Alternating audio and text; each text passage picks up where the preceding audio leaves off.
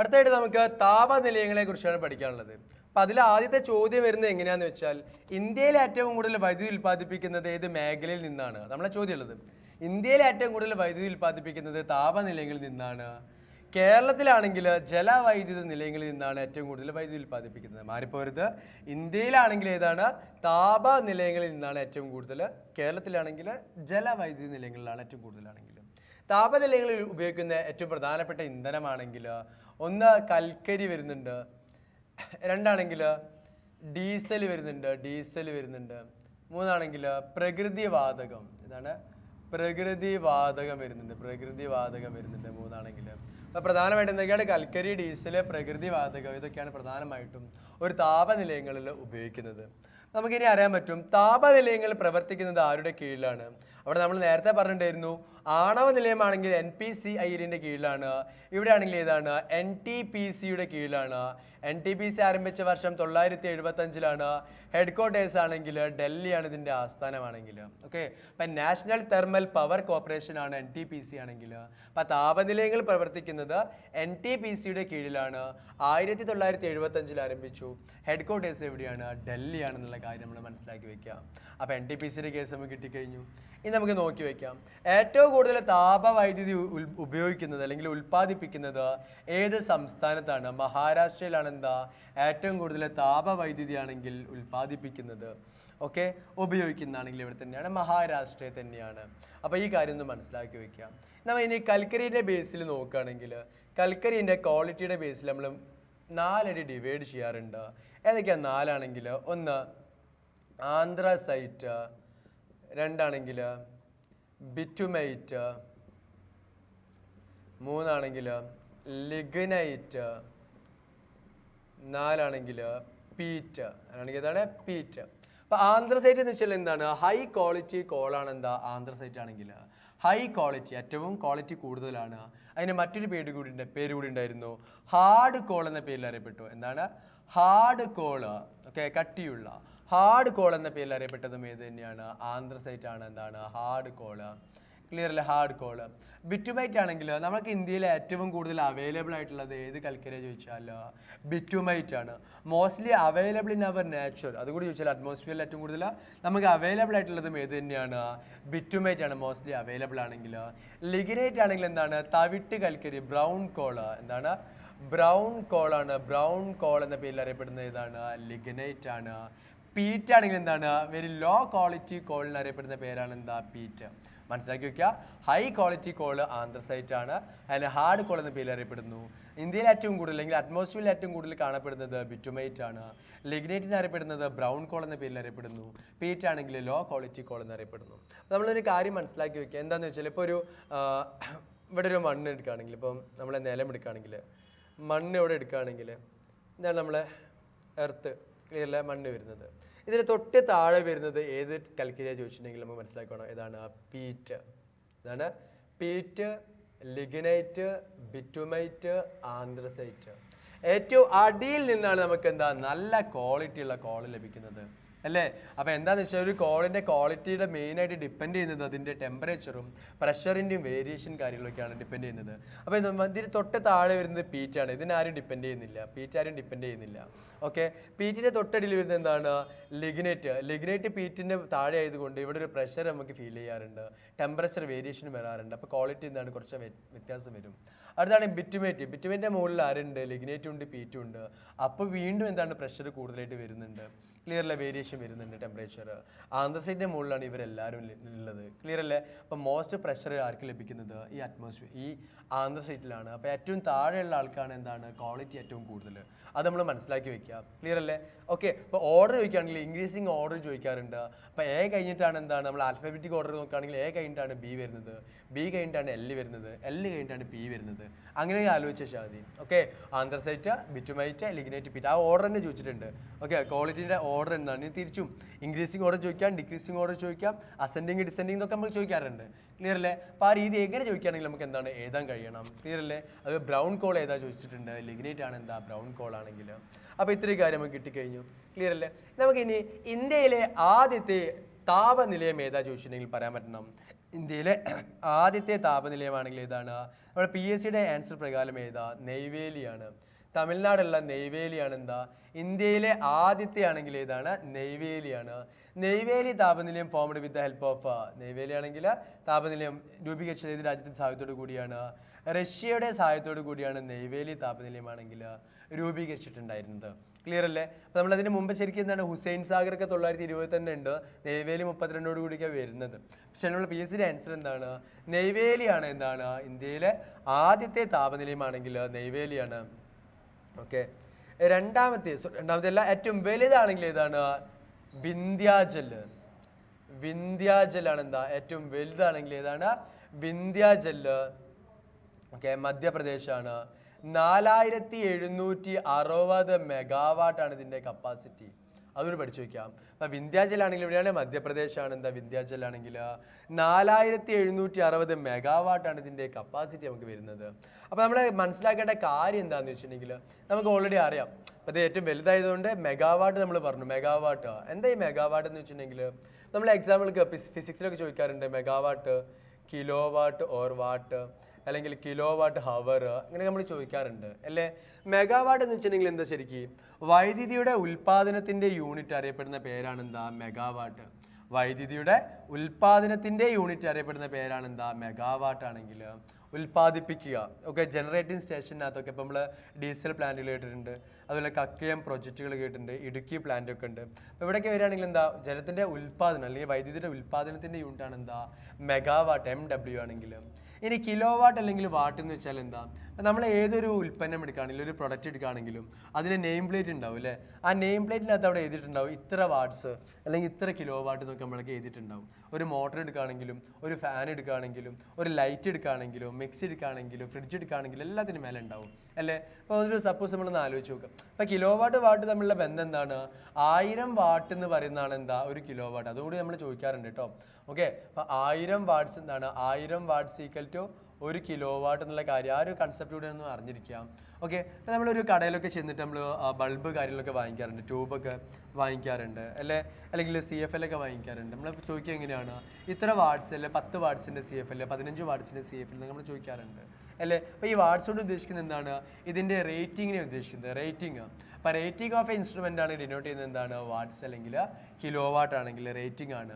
ഇനി kilo watt hour ആണെങ്കിൽ എന്താണ്? നമ്മൾ മനസ്സിലാക്കി വെക്കുക. ഹവർ അവിടെ നിൽക്കട്ടെ. കിലോ വാട്ട് നമ്മളിപ്പോൾ പഠിച്ചു കഴിഞ്ഞാൽ എന്താണ്? ഒരു ഉപകരണത്തിൻ്റെ റേറ്റിംഗ് ആണ് എന്താ? കിലോ വാട്ട് ആണെങ്കിൽ ആ ഉപകരണം എത്ര മണിക്കൂർ നമ്മൾ ഉപയോഗിക്കുന്നു, ആ ഉപകരണം എത്ര മണിക്കൂർ നമ്മൾ ഉപയോഗിക്കുന്നു അതിനെ ഡിപ്പെൻഡ് ചെയ്തിട്ടാണ് നമ്മൾ എന്ത് അടയ്ക്കാറുള്ളത്? കറണ്ട് ബില്ലൊക്കെ അടയ്ക്കാറുള്ളത്. ഓക്കെ, അപ്പോൾ കിലോ വാട്ട് ഹവർ നമുക്ക് കിട്ടിക്കഴിഞ്ഞു. അപ്പോൾ നമ്മൾ കറണ്ട് ബില്ലൊക്കെ അടയ്ക്കാറുണ്ടെന്ന് പറഞ്ഞു അല്ലേ. അപ്പോൾ എന്താ ഇവിടെ പറയുക? Commercial usage of electricity. വൈദ്യുതിയുടെ കൊമേഴ്ഷ്യൽ യൂസേജ് ആണ്, അല്ലെങ്കിൽ എന്താണ്? വൈദ്യുതിയുടെ ഉപയോഗത്തിൻ്റെ യൂണിറ്റ് ആണ് എന്താ? കിലോ വാട്ട് ഹവർ ആണെങ്കിൽ വൈദ്യുതിയുടെ ഉപയോഗത്തിൻ്റെ യൂണിറ്റ്. ഓക്കെ, അപ്പോൾ വൈദ്യുതിയുടെ ഉൽപ്പാദനമാണെങ്കിൽ മെഗാവാട്ട് ആണ്. വൈദ്യുതിയുടെ ഒരു ഇൻസ്ട്രുമെൻറ്റിൻ്റെ പവർ അല്ലെങ്കിൽ റേറ്റിംഗ് ആണെങ്കിൽ എന്താണ്? കിലോ വാട്ട് അല്ലെങ്കിൽ വാട്ടാണ്. വൈദ്യുതിയുടെ ഉപയോഗത്തിൻ്റെ യൂണിറ്റ് ആണ് എന്താണ്? കിലോ വാട്ട് ഹവർ ആണ് എന്താ? ഉപയോഗത്തിൻ്റെ കൊമേഴ്ഷ്യൽ പർപ്പസ് ആണെങ്കിലൊക്കെ നമ്മളെ വീടുകളിലൊക്കെ ഉപയോഗിക്കുന്നത് ഇങ്ങനെ തന്നെയല്ലേ. ഒരു ഫാനൊക്കെ ആണെങ്കിൽ ഇത് ഇത്ര നോക്കാം. ക്ലിയർ അല്ലേ? ഇപ്പോൾ കിലോ വാട്ട് എത്രയാണ്? കിലോ വാട്ട് ചില അല്ലെങ്കിൽ വാട്ട് എത്രയാണെന്ന് നോക്കിയിട്ടുണ്ടെങ്കിൽ ഒരു പവർ ഉണ്ടാവും. അത് എത്ര മണിക്കൂറാണ് കറങ്ങുന്നത്, ഫാൻ എത്ര മണിക്കൂറാണ് കറങ്ങുന്നത്, അതിനനുസരിച്ചിട്ടാണ് നമുക്ക് എന്ത് ലഭിക്കാറുള്ളത്? ഈ എനർജിയൊക്കെ ലഭിക്കാറുള്ളത്. ഓക്കെ, അങ്ങനെ നമ്മളൊരു യൂണിറ്റ് നമുക്ക് കണക്കാക്കാറുണ്ട്. യൂണിറ്റ് എന്ന് വെച്ചാൽ എന്താ? 1000 വാട്ട്സ് ഉള്ള ഒരു ഉപകരണം 1 മണിക്കൂർ ഒക്കെ ഉപയോഗിക്കുമ്പോഴാണ് നമുക്ക് എന്താവുന്നത്? ഒരു യൂണിറ്റ് ആയിട്ട് അതിനെ കണക്കാക്കുന്നത്. അതുകൊണ്ട് പഠിച്ചു വയ്ക്കുക. ഓക്കെ, നമ്മുടെ ഫിസിക്കൽ സയൻസിനകത്ത് വരുന്നൊരു ഭാഗമാണ്. അതുകൊണ്ട് പഠിച്ചു വയ്ക്കുക. 1000 വാട്ട്സ് ഉള്ള ഒരു ഉപകരണം. വാട്ട്സ് എന്ന് വെച്ചാൽ എന്താ? ഒരു ഉപകരണത്തിൻ്റെ പവർ. അപ്പോൾ 1000 പവറുള്ള ഒരു ഉപകരണം 1 മണിക്കൂർ പ്രവർത്തിക്കുമ്പോൾ ലഭിക്കുന്നതാണ് എന്താ? ഒരു യൂണിറ്റ് എന്ന് വെച്ചിട്ടുണ്ടെങ്കിൽ. ക്ലിയർ അല്ലേ? അപ്പോൾ ഒരു യൂണിറ്റ് നമ്മൾ എങ്ങനെ എഴുതും? ഒരു unit equal to 1 kilowatt hour or okay or 1000 watt hour. Clearly 1000 watt hour. അപ്പം നമ്മൾ എത്രയാണ് ചെയ്യാന്ന് വെച്ചാൽ എന്തിനൊരു എമൗണ്ട് വരികയാണെങ്കിൽ ഇപ്പം പ്രോബ്ലമാറ്റിക് ആയിട്ട് നമ്മൾ ചോദ്യം വന്നിട്ടുണ്ടായിരുന്നു. 100 വാട്ട്സ് ഉള്ള ഒരു ഉപകരണം എത്ര മണിക്കൂർ പ്രവർത്തിച്ചാൽ ഒരു യൂണിറ്റ് ആവും? അപ്പോൾ ഒരു യൂണിറ്റ് നമ്മൾ പറഞ്ഞില്ലേ 1000 വാട്ട്സ് ഉള്ള ഉപകരണം 1 മണിക്കൂർ. 1000 ഗുണിക്കണം 1 എത്രയാണ്? 1000. അപ്പോൾ 1000ലേക്ക് എത്തിക്കുക എന്നാണ് നമ്മളെ എയിം ആണെങ്കിൽ 1000ലേക്ക് എത്തിക്കുക. ഓക്കെ, അപ്പോൾ 100 വാട്ട്സ് ഉള്ള ഒരു ബൾബ് എത്ര മണിക്കൂർ പ്രവർത്തിച്ചാൽ 1000ലേക്ക് എത്തും? 1000ലേക്ക് എത്തിയാണ് ഒരു യൂണിറ്റ് ആവുക. 100 ഇൻറ്റു എത്ര ഗുണിച്ചാൽ 1000 എത്തും? 100 ഇൻറ്റു 10, 10 മണിക്കൂർ. ഓക്കെ, അത് പ്രവർത്തിച്ചാൽ എന്താണ്? ഒരു യൂണിറ്റ് ആയിട്ട് മാറി. ക്ലിയർ അല്ലേ? അപ്പം എത്ര ചോദിച്ചാൽ, അപ്പോൾ 500 ചോദിക്കുകയാണെങ്കിൽ 500 വാട്ട്സിൽ ഒരു ഉപകരണമാണെങ്കിൽ എത്രയാണ്? 2 മണിക്കൂർ ഉപയോഗിച്ചാൽ എന്തായി? ഒരു യൂണിറ്റ് ആയി മാറി. 1000ലേക്ക് എത്തിക്കുക എന്നാണ് നമ്മളെ എയിം ആണെങ്കിൽ, അപ്പോൾ 1000 ആണ് എന്താണ് അവിടെ ഒരു യൂണിറ്റ് കൊണ്ട് ഉദ്ദേശിക്കുന്നത്. 1000 വാട്ട്സിൽ ഒരു ഉപകരണം 1 മണിക്കൂർ പ്രവർത്തിക്കുക. അവിടെ നിൽക്കട്ടെ. ഇത് നമുക്കിനി കുറച്ച് താപനിലയങ്ങളെ കുറിച്ച് പഠിച്ചു വെക്കാം. അപ്പോൾ താപനിലയങ്ങളിൽ ഓൾറെഡി 2 പഠിച്ചു. ആദ്യത്തെ നെയ്വേലിയാണ്, ഏറ്റവും വലുതാണെങ്കിൽ ഏതാണ്? വിന്ധ്യാചലാണ്. ഇനിയാണ് നോക്കാം, രാമഗൂഡം, കോതഗൂഡം, കാകതീയ,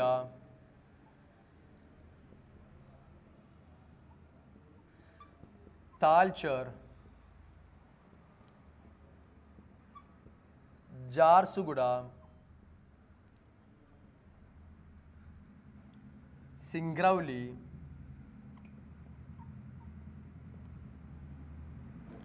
ഫറാക്ക, കോർബ,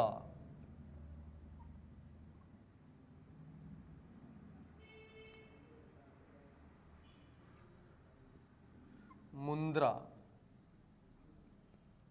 ഓക്കെ, അപ്പോൾ തൽക്കാലം ജസ്റ്റ് ഇത്തിരി ഒന്ന് അറിഞ്ഞു വെക്കാം. ഓക്കെ, അപ്പോൾ ഏതൊക്കെയാണ് വരുന്നത്? രാമഗൂഡം, കോതഗൂഡം, കാകതീയ. രാമഗൂഡം, കോതഗൂഡം, കാകതീയ ഈ 3 വരുന്നത് എവിടെയാണ്? തെലങ്കാനയിലാണ്. എവിടെയാണ്? തെലങ്കാന. ലാസ്റ്റ് ഫോം ചെയ്ത സ്റ്റേറ്റ് ആയതുകൊണ്ട് അത് ഇമ്പോർട്ടൻ്റ് ആണ്. രാമഗൂഡം, കോതഗൂഡം, കാകതീയൊക്കെ നമ്മൾ എക്സാമിന് കണ്ടിട്ടുണ്ടാവും. രാമഗൂഡം, കോതഗൂഡം, കാകതീയൊക്കെ വരുന്നത് തെലങ്കാനയിലാണ്. താൽച്ചർ ആൻഡ് ജാർസുഗുഡ 2 വരുന്നത് എവിടെയാണ്? ഒഡീഷയിലാണ്. എന്താ? താൽച്ചർ ആൻഡ് ജാർസുഗുഡയാണ്. ജാർസുഗുഡ. ജാദുഗുഡ വേറെ ഉണ്ട്. യുറാനിയം ഖനി വരുന്നുണ്ട്. നമുക്ക് എന്താണ്? ജാദുഗുഡയൊക്കെ ആണെങ്കിൽ ധാതുക്കളൊക്കെ പഠിക്കുമ്പോൾ ഡീറ്റെയിൽഡ് പറയാം. ഓക്കെ, ഇവിടെ ജാർസുഗുഡയാണ്. താൽച്ചർ ആൻഡ് ജാർസുഗുഡ ആണെങ്കിൽ ഒഡീഷ. ഇവിടെ താൽച്ചറിനൊരു പ്രത്യേകത ഉണ്ട്. ആ പ്രത്യേകത വളരെ ഇമ്പോർട്ടൻ്റ് ആണ്. താൽച്ചർ പ്രത്യേകതയുണ്ട്. ഒരു ദിവസം ഏറ്റവും കൂടുതൽ ആണവ വൈദ്യുതി ഉപയോഗിച്ച NTPCയുടെ താപനിലയമാണ് താൽച്ചർ. ഏതാണ്? ഒരു ദിവസം ഏറ്റവും കൂടുതൽ താപവൈദ്യുതി ഉൽപ്പാദിപ്പിച്ച NTPCയുടെ താപനിലയമാണ് ഏതാ? താൽച്ചർ ആണെങ്കിൽ. ക്ലിയർ അല്ലേ? അടുത്തതാണെങ്കിൽ, അപ്പോൾ ജാർസുഗുഡ, താൽച്ചർ പറഞ്ഞു ഒഡീഷയിലാണ്. സിംഗ്രൗലി ആണെങ്കിൽ എവിടെയാണ്? UP ആണ്. സിംഗ്രൗലി ആണെങ്കിൽ ഫറാക്ക ആണെങ്കിൽ പശ്ചിമ ബംഗാളാണ്, വെസ്റ്റ് ബംഗാൾ. ഫറാക്ക ആണെങ്കിൽ കോർബ ആണെങ്കിൽ എവിടെയാണ്? ഛത്തീസ്ഗഡ് ആണ്. കോർബ ആണെങ്കിൽ ഏതാണ്? ഛത്തീസ്ഗഡ് ആണ്. കോർബ ആണെങ്കിൽ കോബ്ര പഠിച്ചാൽ മതി അല്ലേ? കോബ്ര കടിച്ചാൽ ചത്തു എന്ന് ആലോചിച്ചാൽ മതി. ഛത്തീസ്ഗഡ്. ആൻഡ് മുന്ദ്ര ആണെങ്കിൽ എവിടെയാണ്? ഗുജറാത്ത് ആണ്. സെക്കൻഡ് ലാർജസ്റ്റ് ആണ്, ഏറ്റവും വലുത്. ആദ്യത്തേത് വിന്ധ്യാചലാണ്. സെക്കൻഡ് ബിഗ്ഗസ്റ്റ് ആണെങ്കിൽ ഇതാണ് മുന്ദ്രയാണ്. പഠിച്ചു വയ്ക്കുക. രാമഗൂഡം, കോതഗൂഡം, കാകതീയ 3 തെലങ്കാനയിലാണ്. താൽച്ചർ, ജാർസുഗുഡ ഏതി തന്നെ പഠിച്ചു വയ്ക്കണം. എവിടെയാണ്? ഒഡീഷയിലാണ്. സിംഗ്രൗലി ആണെങ്കിൽ എവിടെയാണ്? ഉത്തർപ്രദേശ്. ഫറാക്ക വെസ്റ്റ് ബംഗാളാണ്. ഫറാക്ക ആണെങ്കിൽ കോർബ ഛത്തീസ്ഗഡ് ആൻഡ് മുന്ദ്ര ഗുജറാത്ത്. മാറിപ്പോരുത്. താൽച്ചറിന്റെ പ്രത്യേകത ഉണ്ടായിരുന്നത് എന്താണ്? ഒരു ദിവസം ഏറ്റവും കൂടുതൽ താപനില ഉൽപ്പാദിപ്പിച്ച NTPCയുടെ താപവൈദ്യുതി ഉൽപ്പാദിപ്പിച്ച NTPCയുടെ താപനിലയമാണ് ഇതാ താൽച്ചർ ആണെങ്കിൽ.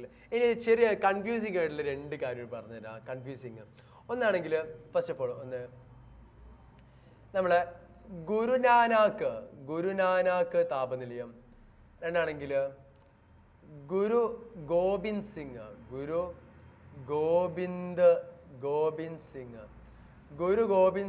അത് എന്താണ്? ഗുരുനാനാക്ക്. ഇത് 2 കേട്ടാൽ തന്നെ നമുക്കറിയാം ഏത് സംസ്ഥാനത്താണ് ചോദിച്ചാൽ പഞ്ചാബിലാണ് രണ്ടുള്ളത്. പഞ്ചാബിലാണെങ്കിലും സ്ഥലം പഠിച്ചു വെക്കണം. ഗുരുനാനാക്ക് ആണെങ്കിൽ എന്താണ്? ബട്ടിൻഡ. ഏതാണ്? ബട്ടിൻഡ. ആൻഡ് ഗുരു ഗോബിന്ദ് സിംഗ് ആണെങ്കിൽ എവിടെയാണ്? റോപ്പർ. എവിടെയാണ്? റൂപ്പർ അല്ല. റൂപ്പർ നമ്മൾ നേരത്തെ പറഞ്ഞിട്ടുണ്ടായിരുന്നു. ഇന്ത്യയും റഷ്യയും സംയുക്തമായി ബംഗ്ലാദേശിൽ ആരംഭിക്കുന്ന ആണവ നിലയമാണെങ്കിൽ ഇത് 2 എവിടെയാണ്? പഞ്ചാബാണ്. എവിടെയാണ്? 2 എവിടെയാണ് ചോദിച്ചിട്ടുണ്ടെങ്കിൽ എവിടെയാണ്? പഞ്ചാബാണ്. എന്താ? 2 ആണെങ്കിൽ പഞ്ചാബ്. ക്ലിയർ അല്ലേ? അപ്പോൾ അത്തിരി കാര്യം മനസ്സിലാക്കി വെക്കാം. അപ്പോൾ ഗുരുനാനാക്ക് ആണെങ്കിൽ ബട്ടിൻഡയിലാണ്. ഗുരു ഗോബിന്ദ് സിംഗ് ആണെങ്കിൽ എവിടെയാണ്? റോപ്പർ ആണ്. എന്താ? ഗുരു ഗോബിന്ദ് സിംഗ് ആണെങ്കിൽ റോപ്പർ. ക്ലിയർ അല്ലേ? ഓക്കെ, അപ്പോൾ ഇത്തിരി നമ്മൾ മനസ്സിലാക്കി വെക്കാം. അപ്പോൾ ഇത്തിരി നമുക്ക് കിട്ടിക്കഴിഞ്ഞു. ഇടയില്ലേ? അപ്പോൾ ഇത്തിരി താപനിലയങ്ങൾ മനസ്സിലാക്കി വെക്കുക. ഇനി പ്രധാനപ്പെട്ട ഒരു കാര്യം കൂടിയുണ്ട്. നമ്മളെ ചോദ്യം എന്താ വരിക? NTPCയുടെ കീഴിൽ കേരളത്തിൽ ആരംഭിച്ച ആദ്യത്തെ താപനിലയം ഏതാണ്? NTPCയുടെ കീഴിൽ കേരളത്തിൽ ആരംഭിച്ച ആദ്യത്തെ താപനിലയമാണെങ്കിൽ കായംകുളം. കായംകുളം. NTPCയുടെ കീഴിൽ കേരളത്തിൽ ആരംഭിച്ച ആദ്യത്തെ താപനിലയം ഏതാണ്? കായംകുളമാണ്. കായംകുളം താപനിലയത്തിന്റെ മറ്റൊരു പേരാണ് Rajiv Gandhi combined cycle power project. എന്താണ്? Rajiv Gandhi combined cycle power project എന്നാണ് ഇതിന്റെ മറ്റൊരു പേരാണെങ്കിൽ. ഓക്കെ, ഇതിനകത്തേക്ക് കൂളിംഗ് വാട്ടർ ആയിട്ട് ഉപയോഗിക്കുന്നത് അച്ഛൻ കോവിലാറിലെ വെള്ളമാണ് ഇതിനകത്തേക്ക് കൂളിംഗ് വാട്ടർ ആയിട്ട് ഉപയോഗിക്കുന്നത്. ഇത്രയൊന്ന് മനസ്സിലാക്കി വെക്കാം. ഓക്കെ, അപ്പൊ NTPCയുടെ കീഴിലെ കേരളത്തിൽ ആദ്യത്തെ താപനില എവിടെയാണ്? കായംകുളമാണെങ്കിൽ എവിടെയാണ്? ആലപ്പുഴയിലാണ്. കായംകുളമാണെങ്കിൽ 1999 ആരംഭിച്ചു. ഉദ്ഘാടനം ചെയ്ത ആരാ ചോദിച്ചിട്ടുണ്ടെങ്കിൽ ആരാണ്? AB വാജ്പേയി ആണ് ഉദ്ഘാടനം ചെയ്തത്. ഇനി ഉൽപാദന ശേഷി എത്രയാണ്? 350 മെഗാവാട്ട് ഉൽപാദന ശേഷിയാണ്. ഇന്ധനം ചോദിച്ചാൽ ഏതാണ്? ഇന്ധനമാണെങ്കിൽ ഏതാണ്? നാഫ്തിയാണ്. നാഫ്തിയാണ് ഇന്ധനമാണെങ്കിൽ. ഓക്കെ, ഇപ്പൊ ഫ്യൂവൽ ആണെങ്കിൽ ഏതാണ്? നാഫ്തിയാണ് ഫ്യൂവൽ ആണെങ്കിൽ. അത്രയും മനസ്സിലാക്കി വെക്കുക. ഓക്കെ, അപ്പൊ എന്താണ്? NTPCയുടെ കീഴിൽ കേരളത്തിൽ ആരംഭിച്ച ആദ്യ താപനിലയം 99 ആരംഭിച്ചു. AB വാജ്പേയി ആയിരുന്നു ഉദ്ഘാടനം ചെയ്തത്. 350 മെഗാവാട്ട് എന്ന് കേട്ടാൽ നമുക്ക് അറിയാൻ പറ്റും എന്താണ്? വൈദ്യുതിയുടെ ഉൽപാദന ശേഷിയാണ് മെഗാവാട്ട് ആണെങ്കിൽ. ഇന്ധനമൊക്കെ ചോദിച്ചിട്ടുള്ളതാണ് ഏതാണ്? നാഫ്തിയാണ്. കൂളിംഗ് വാട്ടർ ആയിട്ട് ഉപയോഗിക്കുന്നത് അച്ഛൻ കോവിലാറിലെ വെള്ളമാണ് കൂളിംഗ് വാട്ടർ ആയിട്ട് ഉപയോഗിക്കുന്നത്. അത്രയും മനസ്സിലാക്കി വെക്കാം. അപ്പൊ ഒരു കാര്യം കൂടി പഠിച്ചു കഴിഞ്ഞാൽ നമുക്ക് എന്താണ്? താപനിലയങ്ങളെ കുറിച്ചുള്ള കാര്യങ്ങൾ കംപ്ലീറ്റ് ആയി കഴിഞ്ഞു. കേരളത്തിലാകെ ഡീസൽ നിലയങ്ങളുടെ എണ്ണം എത്രയാണ്? നമ്മുടെ ചോദ്യം. ഓക്കെ, കേരളത്തിലാകെ ഡീസൽ നിലയങ്ങളുടെ എണ്ണം എത്രയാണ് ചോദിച്ചിട്ടുണ്ടെങ്കിൽ എത്രയാണ്? കേരളത്തിലാകെ ഡീസൽ നിലയങ്ങളാണെങ്കിൽ 2 കേരളത്തിലാകെ ഡീസൽ നിലയങ്ങളാണെങ്കിൽ 2 മാത്രമാണ്. അതിൽ ഒന്നാണെങ്കിൽ ബ്രഹ്മപുരമാണ്. എന്നാണെങ്കിൽ ഏതാണ്? ബ്രഹ്മപുരമാണ്. ഒന്നാണെങ്കിൽ ബ്രഹ്മപുരം. ഓക്കെ, 2 ഏതാണ്? 1 ബ്രഹ്മപുരമാണ്. ഓക്കെ, 2 ഏതാണ്? നല്ലളം. ഓക്കെ, ഇപ്പൊ ബ്രഹ്മപുരം 1999 തന്നെയാണ് ബ്രഹ്മപുരം ആരംഭിച്ചിട്ടുണ്ടായിരുന്നത്. 1999 ബ്രഹ്മപുരം ആരംഭിച്ചിട്ടുണ്ടായിരുന്നത്. ഓക്കെ, നല്ലളം സെയിം ഇയർ തന്നെയാണ്. പക്ഷെ ആദ്യമായിട്ട് രൂപീകരിച്ചത് ഏതാ ചോദിച്ചാൽ ബ്രഹ്മപുരമാണ്. എവിടെയാണ് ബ്രഹ്മപുരമാണെങ്കിൽ രൂപീകരിച്ചിട്ടുണ്ടായിരുന്നത്? എറണാകുളത്താണ്.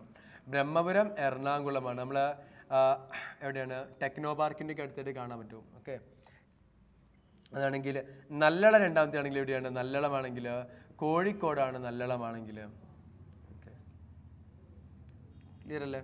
ഓക്കെ, കോഴിക്കോടാണ്. അപ്പൊ കേരളത്തിൽ ആകെ ഡീസൽ നിലയങ്ങളുടെ എണ്ണം ചോദിച്ചാൽ എത്രയാണ്? 2. ബ്രഹ്മപുരം ആൻഡ് നല്ലളം. ഡീസൽ നിലയത്തിൽ ഉപയോഗിക്കുന്ന ഇന്ധനം ഏതാണ് ചോദിച്ചാൽ ഏതാണ്? ഡീസൽ. PSC ശരിക്കും എന്താണ്? ഡീസൽ എന്ന സാധനമാണ് ശരിക്കും PSCയിലകത്ത് ചോദിച്ചിട്ടുണ്ടായിരുന്നത്. അപ്പോൾ ഡീസൽ എന്ന് പറയുന്നത് എന്താണ്? ഒരു നോൺ റിന്യൂവബിൾ സോഴ്സ് ഓഫ് എനർജിയാണ്. ഉപയോഗിക്കുന്നവർ എന്താണ്? തീർന്നുകൊണ്ടിരിക്കുന്ന സാധനമാണ്. ഓക്കെ, അപ്പോൾ ഡീസൽ അതിനകത്ത് ഉപയോഗിക്കുന്നുണ്ട്. ഡീസൽ സൈക്കിളിൽ പ്രവർത്തിക്കുന്ന എഞ്ചിൻ ആയതുകൊണ്ട് ഡീസൽ പ്ലാന്റ് എന്ന പേര് പ്രധാനമായിട്ട് അതിന് വരാൻ കാരണം. ഓക്കെ, LSHS പറഞ്ഞൊരു ഇന്ധനമാണ് പ്രധാനമായിട്ട് യൂസ് ചെയ്യുന്നത്. LSHS low sulphur heavy stock എന്ന് കേട്ടിട്ടുണ്ട് അല്ലേ? Low sulphur heavy stock. അപ്പോൾ ഒരു എന്താ അതിന് പറയുക? ടാറൊക്കെ ഉണ്ടല്ലോ, നമ്മൾ റോഡ് ടാർ ചെയ്യുന്നത്. ടാറിൻ്റെ അവശിഷ്ടമായി വരുന്നൊരു ഭാഗമാണ് LSHS ആണെങ്കിൽ. ഓക്കെ, അപ്പോൾ മനസ്സിലാക്കി വയ്ക്കുക, ലോ സൾഫർ ഹെവി സ്റ്റോക്ക്. പക്ഷേ നമ്മൾ ആൻസർ എന്താണ്? PSCയുടെ ഡീസലാണ്. ഡീസൽ നിലയത്തിൽ ഉപയോഗിക്കുന്ന ഇന്ധനമാണെങ്കിൽ ഏതാണ്? ഡീസലാണ് ഇതിൽ ഉപയോഗിക്കുന്ന ഇന്ധനമാണെങ്കിൽ. ഓക്കെ, അപ്പോൾ ഡീസൽ നിലയങ്ങളുടെ എണ്ണം കിട്ടിക്കഴിഞ്ഞു. ഇനി അടുത്ത കാര്യങ്ങളാണെങ്കിൽ പ്രകൃതി വാതകത്തിലൂടെയാണെങ്കിൽ നാച്ചുറൽ ഗ്യാസിലൂടെയാണെങ്കിൽ 2 കാര്യങ്ങളുണ്ട് നമുക്ക് പഠിക്കാനുള്ളത്. ഒന്നാണെങ്കിൽ വൈപ്പിനാണെങ്കിൽ എവിടെയാണ്? എറണാകുളമാണ്. വൈപ്പിനാണെങ്കിൽ എറണാകുളമാണ്. ഓക്കെ, 2 നമുക്ക് പഠിക്കാനുണ്ട്. ഏതാണ്? ചീമേനി എവിടെയാണ്? കാസർഗോഡ്. അപ്പോൾ 2. അപ്പോൾ നമ്മളെ എന്താണ്? നാച്ചുറൽ ഗ്യാസ് നമ്മൾ പഠിച്ചു. 3 പ്രകൃതിവാതത്തിലൂടെയാണെങ്കിൽ ഏതാണ്? വൈപ്പിൻ. 1 വൈപ്പിനാണ് എറണാകുളം. 2 ചീമേനി ഏത് സ്ഥിതി എന്ന് ചോദിച്ചിട്ടുണ്ടായിരുന്നു. ചീമേനി ആണെങ്കിൽ ഏതോ ഫ്യൂവലായിട്ട് യൂസ് ചെയ്യുന്നത് എന്താ ചോദിച്ചിട്ടുണ്ടായിരുന്നു? പ്രകൃതിവാതകമാണ്. കാസർഗോഡ് ജില്ലയിലാണെന്നുള്ള കാര്യം കൂടി പഠിച്ചു വയ്ക്കുക. ചീമേനി ആണെങ്കിൽ കാസർഗോഡ് ജില്ലയിലാണെന്നുള്ള കാര്യം കൂടി നമ്മൾ എന്താണ്? മനസ്സിലാക്കി വയ്ക്കുക. അപ്പോൾ ഇത്രയും കാര്യമാണ് നമ്മളെ താപനിലയം. വളരെ ഇമ്പോർട്ടൻ്റ് ആയിട്ടുള്ള ഭാഗമാണ് താപനിലയമാണെങ്കിൽ. ഓക്കെ, അപ്പോൾ അത്ര കേസ് പഠിച്ചു വയ്ക്കുക.